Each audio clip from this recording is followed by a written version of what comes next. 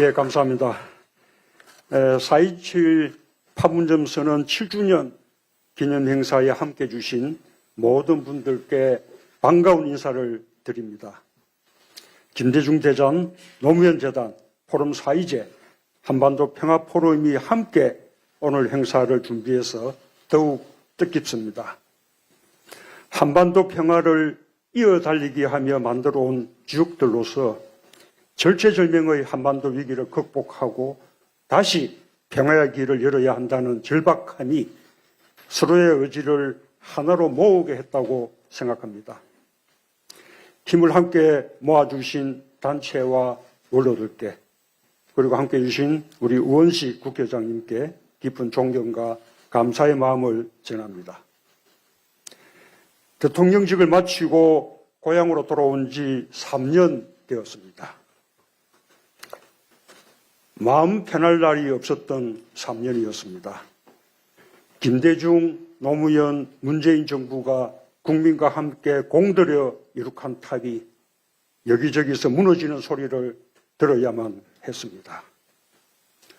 나라가 국민을 걱정하는 게 아니라 국민이 나라를 걱정해야 하는 나날이었습니다.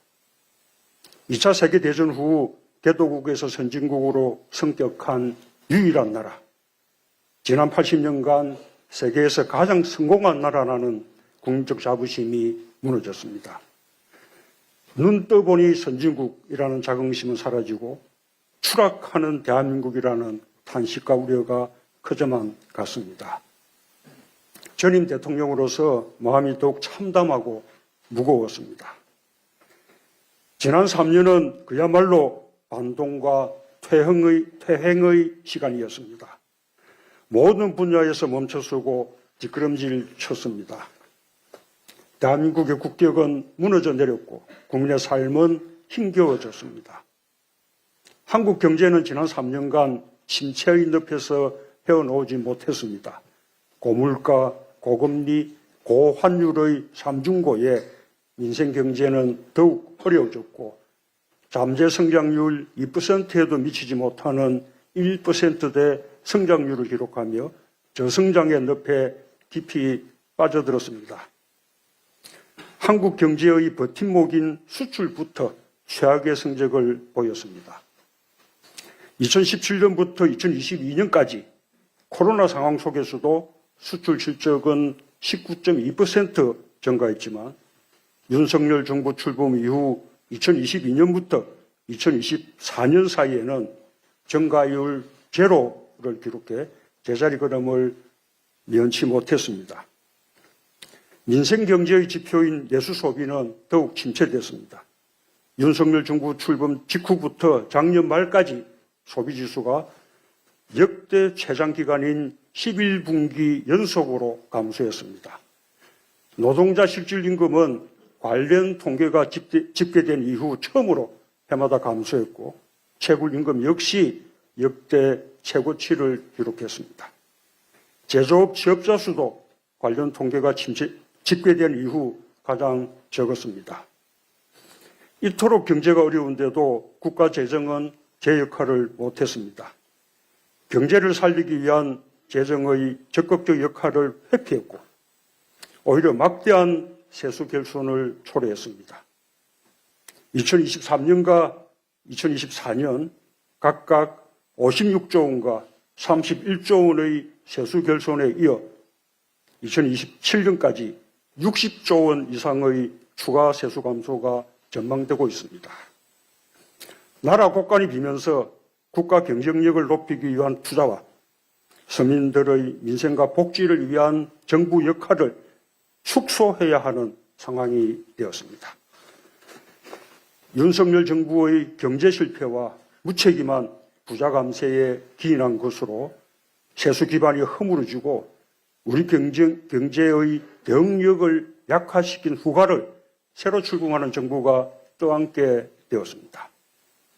코로나 상황 속에서도 우리 경제를 지탱해내 OECD 주요국 가운데 최고의 성장률을 기록했던 전임 정부의 적극적 재정 정책을 비난하면서 거꾸로 간 결과입니다.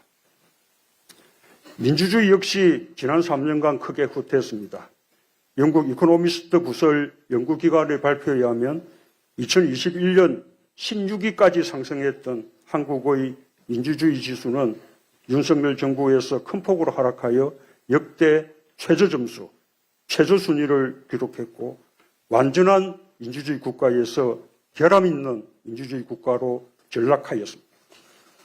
스웨덴 민주주의 다양성 연구소에서는 한국의 민주주의 체제 등급을 강등하며 한국을 독재화가 진행 중인 45개 국가 중 하나로 분류했고 국경 없는 기자회가 발표하는 언론 자유 지수도 큰 폭으로 하락하여 세계 62위로 떨어졌습니다. 부끄러운 일이 아닐 수 없습니다. 안에서 새는 바가지, 밖에서도 새는 법입니다. 한반도 평화와 남북관계는 지난 3년간 회복이 어려울 정도로 망가졌습니다. 한반도 평화를 향한 역대 정부의 성과와 노력은 송두리째 부정되었습니다. 모든 대화는 단절되었고 평화의 안전핀이었던 9.19 군사합의마저 파기되었습니다. 끝간데 없이 대결을 부추기고 긴장을 고조시키며 남북이 언제 군사적으로 충돌할지 모르는 위험한 상황으로 치달았습니다. 급기야는 윤석열 정부가 계엄을 위한 위기 상황을 조성하기 위해 의도적으로 남북 간의 군사적 충돌을 유발하려 했다는 정황까지 드러나 수사가 주목되고 있습니다. 윤석열 정부는 역대 정부가 계승해온 균형 외교를 파기하고 철진한 이념에 사로잡혀 편협한 진영 외교만 치중했습니다. 그 결과 주변국의 반발을 키우며 국익은 훼손되었고 평화와 번영의 땅이 되어야 할 한반도는 신냉전 대결의 최전선이 되었습니다. 이제 차기 정부의 최우선 과제가 됐지만 윤석열 정부가 망쳐놓은 외교를 다시 정상화하는 데는 많은 시간과 노력이 소요될 것입니다. 윤석열 정부의 모든 분야에 걸친 총체적인 국정 파탄은 대통령 한 사람의 실패가 아님을 보여줍니다. 집권 세력의 낡은 이념과 낡은 세계관, 낡은 안보관과 낡은 경제관이 거듭해서 총체적인 국정 실패를 초래해왔다는 교훈을 우리는 잊어서는 안 됩니다. 12.3 비상계엄은 대한민국 퇴행의 결정판이었습니다. 민주화된 우리나라에서 이러한 시대착오적 일이 대명천지에 벌어질 것이라고는 꿈에도 생각하지 못했습니다. 수십 년 전 군부 독재 시대에나 있었던 어둠의 역사가 오늘의 대한민국에서 재현되는 것을 보고 세계도 경악을 금치 못했습니다. 방심하면 언제든지 역사를 거스르는 퇴행적 시도가 일어날 수 있다는 것. 늘 깨어있는 시민들의 조직된 힘이 있어야 역사의 반동을 막고 계속 전진할 수 있다는 사실을 국민들은 새삼 절감하게 되었습니다. 반헌법적 비상계엄이 낭비인 상처와 후유증은 매우 깊습니다. 무엇보다도 가짜뉴스와 그릇된 신념과 망상에 기초한 정오와 혐오, 극단의 정치가 국민 통합을 해치고 민주주의를 위태롭게 하고 있습니다. 비정상과 몰창식이 판을 치며 민주주의를 근본에서부터 흔들고 있는 현실을 우리 사회가 심각하게 인식하고 이를 극복해 나가는 데 힘을 모아야 할 것입니다. 통합과 상생, 연대와 협치의 정치도 이 토대 위에서만 가능할 것입니다. 비상계엄이 남긴 경제적 손실 또한 엄청납니다. 한국은행은 국내 총생산이 6조 원 이상 증발한 것으로 추산했습니다. 비상계엄으로 인한 소비 위축으로 2달 만에 자영업자 수가 20만 명이나 감소하는 등 민생 경제에 준 악영향은 더욱 큽니다. 그나마 국회가 신속하게 계엄 해제를 의결하고 평화적으로 사태를 종식시킨 것이 환율과 주식시장의 충격을 완화하고 대외 신인도의 추락을 막을 수 있었습니다. 비상계엄은 국가 리더십 공격을 자초했습니다. 격변하는 국제 질서와 격화되는 글로벌 통상 전쟁에 적시에 대응하지 못함으로써 생긴 국가적 손실을 지금 우리는 겪고 있습니다. 역사는 때로는 후퇴하지만 결국 전진한다고 믿습니다. 대한민국은 전 세계가 경탄하는 놀라운 민주주의 회복력을 바탕으로 새롭게 시작하며 앞으로 나아갈 것입니다. 여전히 대한민국은 위대한 나라입니다.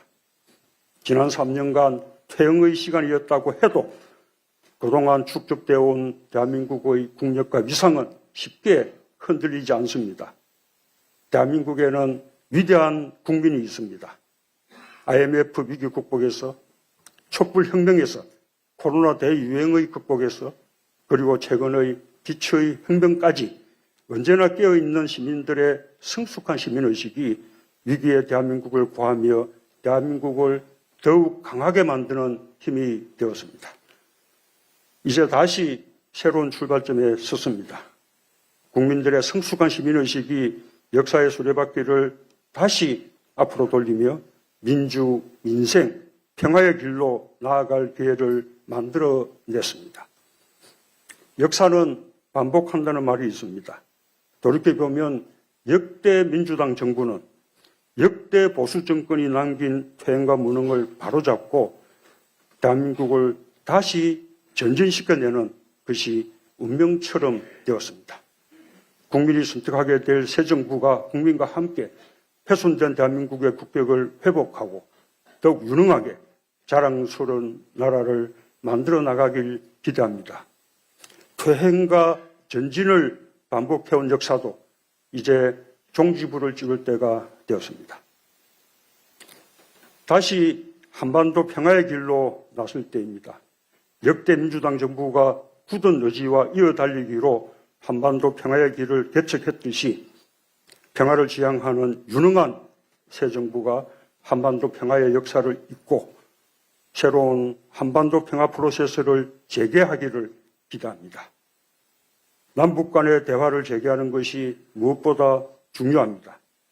문재인 정부가 출범한 2017년 당시에도 거듭된 북한의 핵과 미사일 도발과 북미 간의 말폭탄으로 한반도가 전쟁 위기에 직면해 있었지만 결국 남북 대화를 통해 전쟁의 위기를 평화의 기회로 바꿀 수 있었습니다.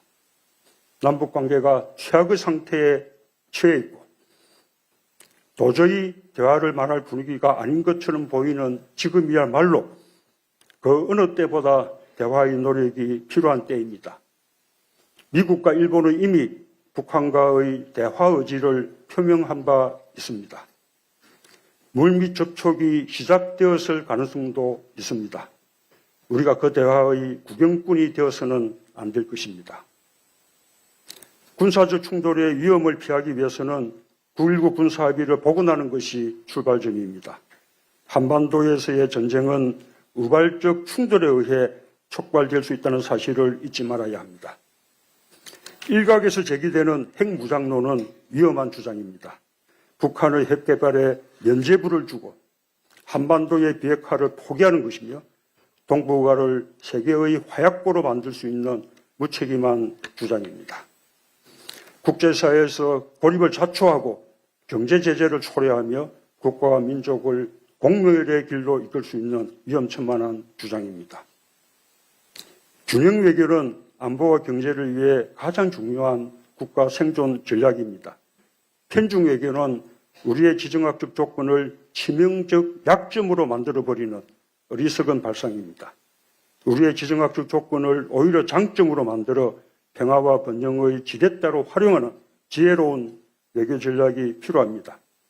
긴밀한 한미동맹을 바탕으로 주변국들과 협력을 적극적으로 이끌어내므로써 한반도의 평화의 환경을 조성해 나가는 한편 호혜적인 경제협력과 민간교류를 더욱 활성해 나가야 할 것입니다.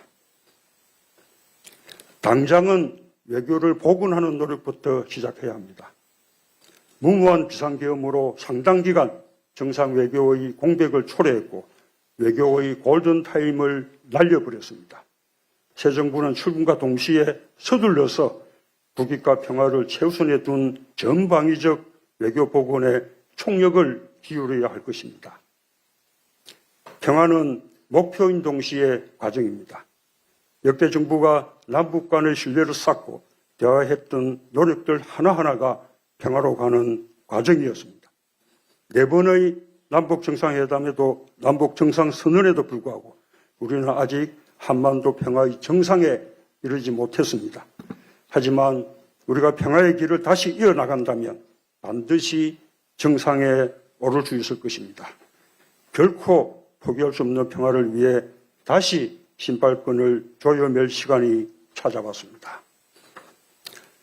항상 국민 여러분께 감사한 마음입니다. 위대한 우리 국민 덕분에 대한민국은 위기를 극복하며 무너진 것을 다시 세우고 새롭게 도약하는 기회를 맞이할 수 있게 되었습니다. 국민과 함께 역사의 퇴행을 바로잡고 앞으로 나아갈 희망을 품을 수 있게 되었습니다. 민주주의를 지킨 힘으로 더 굳건한 민주주의로 나아가고 경제와 민생이 다시 활력을 되찾길 바랍니다.